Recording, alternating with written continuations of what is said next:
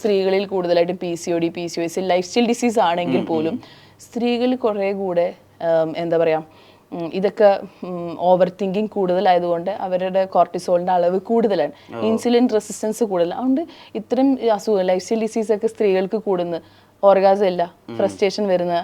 ഇപ്പോൾ പുരുഷനെ സംബന്ധിച്ചിടത്തോളം പുരുഷൻ അവൻ്റെ നീഡ് കഴിഞ്ഞ് കഴിഞ്ഞാൽ ഒരു സ്ത്രീ സാറ്റിസ്ഫൈഡ് ആണോ എന്ന് ചോദിക്കാത്ത എത്രയോ പുരുഷന്മാരുണ്ട്. ഒരു സ്ത്രീക്ക് പൂർണ്ണമായിട്ടുള്ള ഓർഗാസം വന്നില്ലെങ്കിൽ ഉറപ്പായിട്ടും ഒരു ഫ്രസ്ട്രേഷൻ ഉണ്ടാവും. ഒരു ഫുൾഫിൽ ആവാതെ പോകുന്നത് കൊണ്ട് പലപ്പോഴും ബുദ്ധിമുട്ടുണ്ടാവും.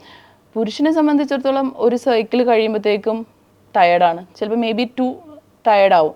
പക്ഷെ സ്ത്രീ അങ്ങനെയല്ല, 1 കഴിഞ്ഞ് 2 കഴിഞ്ഞ് അവൾ കുറച്ചും കൂടെ ആക്റ്റീവ് ആവുന്ന, അവൾക്ക് കുറേ കൂടെ തലോടലും അല്ലെങ്കിൽ പരിഗണനയും ഒക്കെ ആവശ്യമാണ്.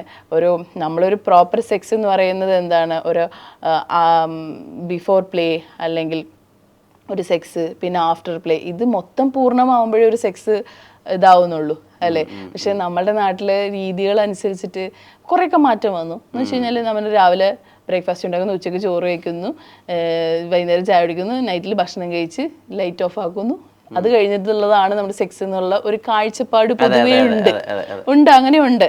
അപ്പോൾ അങ്ങനത്തെ കാഴ്ചപ്പാടുകൾ മാറി ഇപ്പോൾ ആളുകൾ, എനിക്കൊക്കെ എപ്പോഴും വരുന്ന ചോദ്യമാണ്, നമ്മൾ എപ്പോഴാണ് സെക്സ് ചെയ്യേണ്ടത് അല്ലെങ്കിൽ എത്ര തവണയാണ് ചെയ്യേണ്ടത് എന്നുള്ളത്. അങ്ങനെ ഒരു ഇതില്ല. പ്രോപ്പറായിട്ട് നിങ്ങൾക്ക് 2 പേർക്കും ഇൻട്രസ്റ്റ് വരികയാണ്, അത് പകലായിക്കോട്ടെ, ഉച്ചയായിക്കോട്ടെ, നൈറ്റ് ആയിക്കോട്ടെ, പക്ഷെ നിങ്ങൾ 2 പേരും ഓക്കെ ആണ്, ഭയങ്കര ഡിസയർ ആണെങ്കിൽ നിങ്ങൾക്ക് എപ്പോൾ വേണമെങ്കിലും എങ്ങനെ വേണമെങ്കിലും ബന്ധപ്പെടാം. അത് ഡിപ്പെൻസ് അപ്പോൺ 2 പേരുടെയും ഇഷ്ടമാണ്. എത്ര തവണയെന്നുള്ളത് നിങ്ങൾക്ക് ഫിസിക്കലി നിങ്ങൾ ഓക്കെ ആണ്, നിങ്ങൾക്ക് 3, 4 തവണയൊക്കെ ബന്ധപ്പെടുന്നു എന്ന് പറയുന്ന ആളുകളുണ്ട്. പിന്നെ എപ്പോഴും ഉള്ളൊരു മിസ്റ്റേക്ക് എനിക്ക് തോന്നിയിട്ടുള്ളത്, നമ്മൾ ഈ ഗ്രൂപ്പിലിരിക്കുന്ന സമയത്ത് ഫ്രണ്ട്സ് പറയും ഞങ്ങൾ ഒരു 4 തവണ അല്ലെങ്കിൽ ഞങ്ങൾ 10 തവണ. ഇത് കേൾക്കുമ്പോൾ ഇല്ലാത്ത ആളുകളെ സംബന്ധിച്ചിടത്തോളം ഇൻസെക്യൂർ. എന്നാൽ ഇത് ഉണ്ടായിട്ട് പറയുന്നതാണോ? അല്ല, ഉള്ളവൻ എന്തായാലും ഇത് വിളിച്ച് പറയാനുള്ള സാധ്യതകൾ വളരെ കുറവാണ്.